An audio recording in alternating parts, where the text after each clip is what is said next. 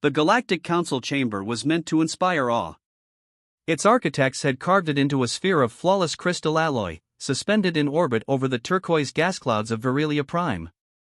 Every delegate sat in a crescent of floating platforms, their species banners trailing like ribbons. Above them, the stars themselves could be seen cold, distant, and eternal witnesses to every law and verdict passed here. But today, there was no debate. No humming, no shouting, no bickering that normally define council sessions. Today, there was silence. Ambassador Tasha of the Viren stood at the center podium, her slender form quivering. Her species' crests were a natural display of emotion, and hers was trembling so violently that the colors shifted from calming violet to frantic white. "Counselors," she said, her voice soft but urgent, "the raids have escalated. 4 colonies burned in one cycle. 6 convoys gone without a trace. My people are..." A harsh hiss cut her off. "Your people are weak." The voice belonged to Lord Croth of the Tarvex clans. He loomed on his platform, plated in bone-colored armor, his scaled muzzle twisted in contempt. "The Tarvex were predators first, diplomats second, and only when forced." His claws clicked against the marble railing as he leaned forward. "You beg for aid while giving nothing," he snarled. "If the Iron Syndicate wants your worlds, give them tribute. Or burn. The galaxy does not weep for prey." Murmurs rippled through the chamber, disapproval from the gentler species, grudging agreement from the harder ones. Croth was cruel, but not entirely wrong. The Syndicate was no mere band of pirates.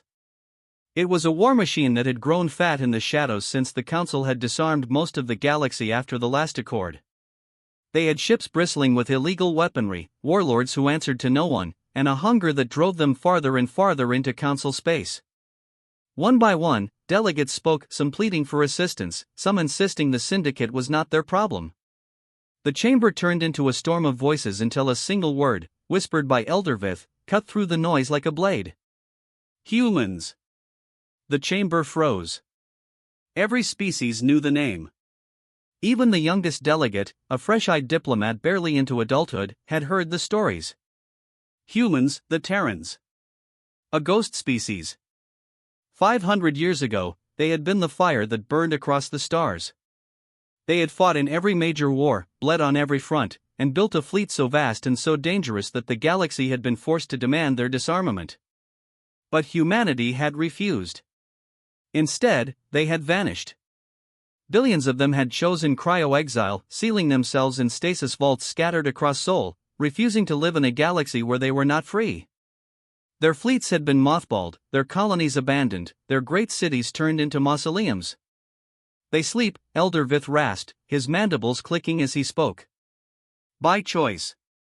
To wait for an age when they might walk among us again." A trembling delegate from the Lutherie clutched her robe. "And if they woke?" No one answered. Because the galaxy remembered what humanity had been. They were soldiers, explorers, inventors, but above all, they were dangerous. They had a reputation no other species could match. When war came, they did not endure it. They ended it. The chamber dissolved into nervous whispers, but in the far corner, a quiet figure watched without speaking. High Consul Varen of the Core Systems frowned, tapping a clawed finger against the polished surface of his desk. If even rumors of Terran awakening spread, panic would follow. And yet, deep in his gut, a question gnawed at him. What if they did wake? Half a sector away, in the ruins of a dead city, the answer stirred. Beneath the cracked streets of what had once been New Chicago, buried under centuries of dust and ice, a black vault lay silent. Its surface was covered in frost so thick it glittered like crystal. Then, with a deep mechanical groan, lights came to life. Cryo cycle complete. The vault's AI core, silent for 5 centuries, hummed awake. Robotic arms whirred as they moved along the rows of pods, scanning vital signs. One by one, status indicators switched from blue to green. In Pod 001, Captain Jack Mercer's heart began to beat again. The first thing he felt was cold, bone-deep, marrow-cracking cold that gripped every nerve. Then came the pain, a dull fire spreading through muscles that hadn't moved in centuries. Jack gasped as the pod hissed open, white vapor curling around him. His breath came ragged, chest heaving, his lungs pulled in air that hadn't been breathed since the age of his great-grandchildren. He sat up slowly, blinking against the sterile light. The vault stretched around him like a cathedral, row after row of pods, each one glowing softly as more of his crew woke. "Status," Jack rasped, his voice raw. The AI answered, its tone calm and clinical. "Cryostasis ended. Revival successful. Warning, global situation critical. Outer Rim colonies under attack. Council sovereignty failing. Estimated time to total collapse, 9 standard months." Jack swung his legs over the side of the pod, feet touching the cold metal floor. Memories returned in flashes. The day they'd chosen to sleep. The solemn vote. The knowledge that they would wake only if the galaxy once again needed what only humans could give. He wasn't alone for long. Major Sarah Blake's pod hissed open nearby. She ripped the IVs from her arms, grimacing at the sting, then looked at him with clear, sharp eyes. "Who's hitting the rim?" she asked, already on her feet. "Iron Syndicate," the AI replied. "Confirmed warlord activity in 6 sectors. Council response negligible. Probable collapse within the year." Sarah's mouth tightened. Figures. The galaxy forgets what fear feels like when we're not around. More pods opened, Lieutenant Michael Reyes, Chief Engineer Dana Holt, Gunnery Sergeant Cole Ramsey. Familiar faces, all of them. They gathered around Jack, still shaking the sleep from their bones. "What's the call, Captain?" Reyes asked quietly. Jack stood, shoulders straightening, a decision forming like steel in his chest. He glanced around at his people, the last Terran fleet, waiting for his order. "We've been sleeping long enough," he said. He turned toward the distant bulkhead, where the hangar lay beyond layers of sealed blast doors. "Wake the ships," Jack said. His voice echoed through the vault, carrying an edge that none of them had heard since before the long sleep. The AI confirmed. Fleet thaw sequence initiated. Estimated launch readiness, 48 hours. Jack nodded once. "Then let's remind the galaxy," he said, "what humanity does to bullies." The blast doors to the Terran Vault's hangar were nearly a meter thick, armored to survive a nuclear impact. They opened with a groaning rumble that shook frost and dust from the ceilings, revealing a cavern of silent steel. For 5 centuries, the hangar had been a tomb. And inside that tomb slept titans. Rows upon rows of warships waited in perfect symmetry, their black hulls coated in centuries of rime. The USS Dauntless stood at the center like a slumbering god, her armored prow pointed toward the far wall as if ready to charge through it. Even dormant, she radiated menace, a predator frozen mid-strike. Captain Jack Mercer stood on the observation platform, boots planted shoulder-width apart, arms folded. He said nothing for several minutes, simply watching as engineers and drones swarmed over the fleet, waking power cores that hadn't been active since before the Council's youngest species had discovered spaceflight. "You ever think we'd see them again?" Major Sarah Blake asked quietly at his side. Her voice was low, almost reverent. Jack's lips curved in the faintest ghost of a smile. "Every night I dreamed of it."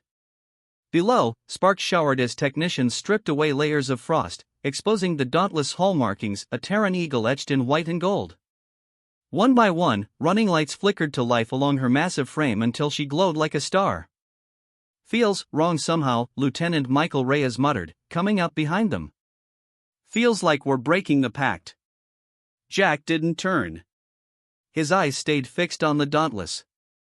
"That pact died when the Council let the Syndicate butcher civilians in their own trade lanes," Jack said, voice like gravel. "We swore we'd sleep until the galaxy needed us." "Well, Lieutenant." He finally turned, locking eyes with Reyes. "It needs us." Reyes swallowed but nodded. "Aye, sir." 48 hours later, the fleet stirred fully awake. The hangar boomed with the sound of engines cycling up, reactors humming as ancient power grids surged to life. The Dauntless shields flared once, a ripple of blue energy shivering along her hull before settling into a steady glow. Jack stood on the command deck of the flagship, fully uniformed now, his captain's insignia gleaming under the bridge lights. All around him, crew members worked feverishly at their stations, running diagnostics, syncing weapons systems, plotting jump routes. Status report, Jack called. All primary systems online, Sarah replied from tactical. Rail batteries loaded, missile racks full. She's ready for war, Captain.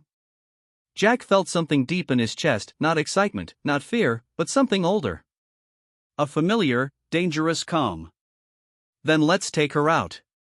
The fleet launched at dawn. From the outside, Earth's orbit had been quiet for 5 centuries, a graveyard of satellites and derelict stations. Now, the void came alive. First came the Dauntless, her massive silhouette blotting out the stars. Then came the escorts, cruisers, destroyers, and the dagger-shaped frigates of the Terran Marine Corps. As one, the fleet rotated toward the jump point and engaged their drives. Space folded around them with a flash of white light, and they were gone. They didn't stay gone for long. Council sensors lit up across 3 sectors as Terran warships reappeared on the edge of settled space. Panic spread faster than lightspeed transmissions. Within hours, the Galactic Council sent a priority transmission. The holofeed materialized on the Dauntless Bridge, a counselor Jack didn't recognize, wearing the golden sash of Core Authority. His voice trembled despite his attempt at composure. "This is Council Command," the counselor said. "Identify yourselves." Jack stepped into view, hands clasped neatly behind his back, shoulders straight. "Captain Jack Mercer, United Terran Fleet," he said, voice calm but iron-hard. "Reporting for duty. We are reactivating under Article 7 right of planetary defense." The counselor's composure cracked instantly. Article 7 has not been invoked in 5 centuries. The Treaty of Soul forbids. Jack cut him off with a single gesture. The treaty forbids nothing when civilians are dying and the Council does nothing to stop it, Jack said. "We are not asking permission. We are fulfilling the oath we made when we chose the long sleep." Before the counselor could reply, Jack gave a curt nod and ended the transmission. On the bridge, silence reigned. Then Sarah exhaled softly. "You know you just made half the council soil themselves, right?" Jack's mouth twitched. "Good. Maybe they'll remember why they signed that treaty in the first place." The fleet translated to Virilia space less than an hour later. What they found was carnage. A convoy had been ambushed only minutes before burning hulks drifted among the trade lanes, atmosphere venting in long silver streams. The Iron Syndicate's ships still prowled the wreckage, ugly, spiked silhouettes against the stars. "Targets locked," Sarah said, her voice steady but tight with fury. Jack stared at the tactical display. He could see them, Syndicate cruisers bristling with stolen Council weapons, their hulls marked with the crude sigils of warlords. "They don't even bother to hide anymore," Reyes muttered. Jack's jaw clenched. "Fire at will." The Dauntless spoke first. Her main railgun thundered a pulse of light so bright it burned shadows onto the bulkheads. A slug of hyperdense tungsten screamed through space, punching through the lead Syndicate cruiser and vaporizing it in a single flash. Then the rest of the fleet opened up. Cruisers unleashed volleys of plasma, frigates swarmed like wolves, darting between enemy fire to drop torpedoes at point-blank range. The Syndicate fought back, but they had never faced Terran fire discipline. Their ships broke one after another under the relentless barrage, turning into incandescent debris fields. The entire engagement lasted 4 minutes. When it was over, not a single Syndicate ship remained. The silence that followed was almost worse than the battle. On the Dauntless Bridge, no one spoke at first. They just watched the burning wreckage tumble slowly through space, casting long shadows. Then Sarah exhaled softly. "That's going to be in every newsfeed in the galaxy by morning," she said. Jack nodded slowly. "Good. Let them know we're awake." Word spread faster than hypernet relays could carry it. Humans had returned. And they were not the cautious, quiet species the Council had once tried to chain. They were as dangerous as the stories had said, and now every species in the galaxy had seen what happened when Terran guns spoke again. On a dozen worlds, warlords and Syndicate leaders began to panic. On 100 others, civilians whispered with hope. And in the council chamber, the delegates argued not about whether the Terrans had broken the treaty, but about what they would do next. Because the galaxy remembered the old stories, and now they were no longer just stories. Humanity was awake. And the next move would decide the fate of them all. The stars above Virilia Prime burned with an uneasy light. Captain Jack Mercer stood on the Dauntless Bridge, hands clasped behind his back, watching as the enemy arrived. One by one, Iron Syndicate warships tore their way out of warp. Cruisers, battleships, carriers, more than 100 vessels, blotting out the stars as they filled the orbit around the planet. And at the center of them all came a ship so massive it distorted the light around it, a moon-sized fortress bristling with weapons. The Syndicate's warlord had come personally. "They're committing everything," Major Sarah Blake said, her voice tight. 3 full fleets, maybe more. They want to make an example of Virilia. They picked the wrong system, Jack said flatly. The bridge was silent for a long moment. Then Lieutenant Michael Reyes spoke, voice grim. "Sir, we're outnumbered 5-1. Jack's gaze stayed fixed on the tactical display. The enemy formations glowed like a sea of red, slowly encircling them. "Then it's a fair fight," Jack said. Moments later, the Dauntless surged forward, her engines flaring like a newborn sun. The rest of the Terran fleet followed, sleek destroyers and Wolfpack frigates fanning out into a battle line. "Open a channel," Jack ordered. Sarah nodded. The holoprojector hummed to life, projecting the image of the Syndicate warlord onto the bridge. He was a hulking figure, his body armored in dark metal, his face hidden behind a jagged mask. "So," the warlord rumbled, voice deep enough to shake the speakers. "The ghosts of soul crawl from their tombs at last." Jack didn't flinch. "You're done," he said coldly. "Leave Council space, surrender your fleets, and you might survive this." The warlord laughed, a deep, guttural sound that was closer to a growl. "You think your handful of ships can stop us? This galaxy belongs to those strong enough to take it. You are relics." Jack didn't bother to reply. He simply cut the channel. "Sarah," he said quietly, "target their lead cruisers. Break their line before they form up." The first volley turned the void into fire. The Dauntless' main railgun boomed, hurling a tungsten slug through space at near light speed. It struck a Syndicate cruiser mid-turn, shattering its core and igniting it in a blinding explosion. Terran destroyers followed suit, launching waves of antimatter torpedoes. White blossoms of light tore open enemy formations, scattering them. But the Syndicate did not break. They swarmed forward, unleashing a storm of plasma fire and missile barrages. The Dauntless shields flared as hit after hit slammed into them. "Shields at 60%. Reyes called out. "Keep firing." Jack barked. The bridge shook violently as another blast rocked the ship. Sparks showered from an overhead conduit. A young ensign stumbled, caught herself, and went right back to her console without a word. "Target their carriers," Sarah snapped. "If we take out their fighter screens, our frigates can cut through their destroyers." "Confirmed," Jack said. The Dauntless pivoted, her secondary batteries roaring. 2 Syndicate carriers vanished in twin fireballs, taking hundreds of fighters with them. Still, the battle raged. Minutes stretched into what felt like hours. The void became a graveyard of burning hulks, wreckage tumbling in slow motion. "Sir," Reyes said, his voice tight, "the enemy flagship is powering its main cannon." Jack turned sharply toward him. "Power output?" Reyes swallowed. "Enough to crack a planet." A silence fell over the bridge.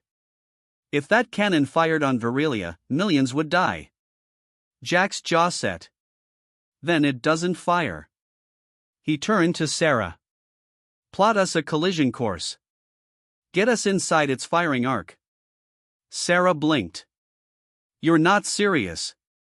But she saw the look in his eyes and stopped arguing. "Yes, sir," she said instead, fingers flying across her console. The Dauntless roared toward the Syndicate flagship, every gun blazing. Enemy fire hammered at her from all sides, chewing through her shields, scarring her hull. The ship's frame groaned like a living thing under the punishment. "Hull breach on deck 7. Reyes shouted. Emergency bulkheads holding. Jack didn't hesitate. Ignore it. Keep us on course. Sarah's voice was ice cold as she called out firing solutions. Terran torpedoes slammed into the flagship's shield generator, blowing holes in its armor. 30 seconds to firing range. Load everything, Jack said. Rails, missiles, coilguns, I want every weapon hot. The flagship's cannon flared, a glowing spear of energy building at its tip. 10 seconds. Jack's knuckles whitened on the arm of his chair. Fire everything, he roared. The Dauntless unleashed hell. Her main gun spat a tungsten slug straight into the flagship's cannon mount, tearing through its spine. Missile salvos followed, saturating the hull with explosions. Frigates swarmed in, planting warheads against its hull at suicidal range. The flagship's cannon detonated in a chain reaction that ripped the warship in half. A wave of fire rolled across the battlefield, scattering what remained of the Syndicate fleet. The survivors broke and fled, leaving behind burning wreckage and shattered pride. Silence fell across the bridge. Then Sarah let out a long breath. It's over. Jack shook his head slowly. No. It's over when they don't come back. Hours later, the Galactic Council met in emergency session. This time, the chamber was not filled with bickering or fear, but with attention so sharp it could be cut. Every delegate turned to watch as the doors opened and Captain Jack Mercer entered, still in his scorched and battered uniform. He walked to the center podium, removed his gloves, and set them down with deliberate calm. The Syndicate fleet is destroyed, he said simply. Virelia is safe. For now. A Lutheri delegate spoke in a trembling voice. And what if war comes again? Jack's gaze swept the chamber. Then we wake again, he said. For a long moment, no one spoke. Then one by one, the delegates bowed their heads. Because they understood. The Terrans had returned. Not as conquerors. Not as rebels. But as the sword that would fall when the galaxy needed it most. When the Dauntless turned back toward Sol, the stars seemed different, quieter, as if the galaxy itself was holding its breath. In a single battle, humanity had reminded every world of the truth that had been buried under centuries of peace and fear. They had not vanished. They had not surrendered. They had simply been sleeping. And now, everyone knew what happened when humans woke.